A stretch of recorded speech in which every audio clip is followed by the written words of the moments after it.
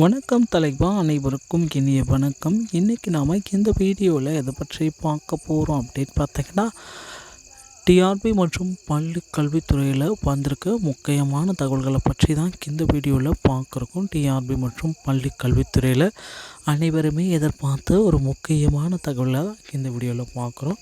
பள்ளி கல்வித்துறையில் தற்சமயம் நமக்கு நேற்றே வெளியிட்டுட்டாங்க ஆனுவல் பிளானருங்க. வருடாந்திர திட்டமிடுபவர் ஆனுவல் பிளானரை ரிலீஸ் பண்ணிட்டாங்க. ஆனுவல் பிளானரை பார்த்த மக்கள் எல்லாருமே குழப்பத்தில் ஆழ்ந்துட்டாங்க. இப்படி ஒரு ஆனுவல் பிளானர் எங்களுக்கு வேணுமா சார், திரும்ப நான் கேட்போனா அப்படின்ற அளவுக்கு வந்துட்டாங்க ஆனுவல் பிளானரை பார்த்துட்டு. ஸோ ஆனுவல் பிளானரை பொறுத்தவரை பார்த்திங்கன்னா எஸ்ஜிடி எக்ஸாமை ஜனவரி மாதமே கொடுக்க போகிறதா சொல்லிட்டாங்க. எஸ்ஜிடி எக்ஸாம் பார்த்திங்கன்னா ஜனவரியிலே நடக்கும். ஸோ 1766 நோட்டிஃபிகேஷன், இந்த 1766 வேக்கன்சிஸ்க்கு உண்டான நோட்டிஃபிகேஷன் ஜனவரியிலே கொடுத்துருவோம். ஏப்ரல் 2024 எக்ஸாம் நடக்கும் அப்படின்றத குறிப்பிட்டு சொல்லிட்டாங்க.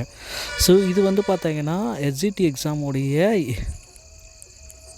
தேர்வுகள். இதுக்கப்புறம் பார்த்திங்கன்னா assistant professors of governments arts and science college.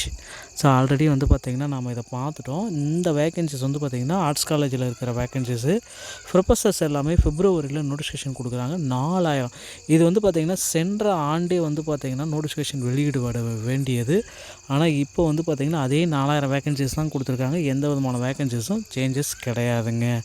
So ஜூனில் தான் தேர்வு நடத்துவோம். இது சென்ற ஆண்டு ஜூன் மாதமே 2023 தேர்வு வைக்கணும். ஆனால் இப்போ ஒரு வருஷம் தள்ளி போயிடுச்சு. ஸோ அடுத்து பார்த்திங்கன்னா டீச்சர்ஸ் எலிஜிபிலிட்டி டெஸ்ட்டு தமிழ்நாடு அந்த டெட்டு பேப்பர் 1 மற்றும் பேப்பர் 2 ஏப்ரலில் அறிவிப்பு வருது.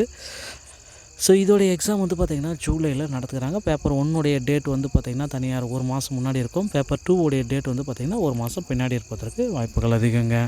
அடுத்து பார்த்திங்கன்னா மக்கள் எல்லாருமே எதிர்பார்த்துட்டு இருந்தால் போஸ்ட் கிராஜுவேட் மே மாதம் அறிவிக்கிறாங்க. 200 வேக்கன்சிஸ் தான் இருக்குன்றாங்க. ஆகஸ்ட்டில் தேர்வு நடத்துகிறதா சொல்லியிருக்காங்க. So chief minister research fellowship.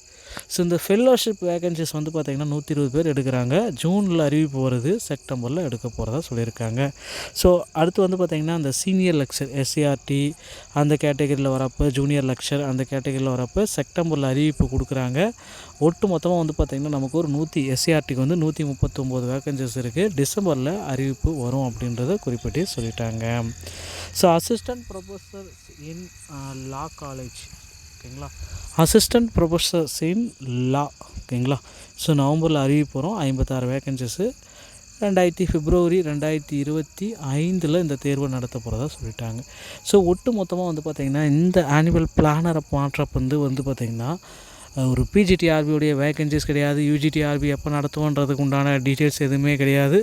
So எதுவுமே இந்த ஆசிரியர்களுக்கு உண்டான பிளானராகவே இல்லை அப்படின்ட்டு பார்த்திங்கன்னா பல்வேறு தரப்பட்ட ஆசிரியர்களே குமுறிட்டுருக்காங்க. இப்படி ஒரு பிளானை நான் கேட்பேனா சார், கேட்டது என்னோடய தப்பு, இனிமேல் பார்த்திங்கன்னா ஆனுவல் பிளானரே வேண்டாம், நீங்கள் எப்போ வேணால் எது வேணால் நடத்திக்கோங்க அப்படின்ற அளவுக்கு ஆசிரியர்களே போயிட்டாங்க.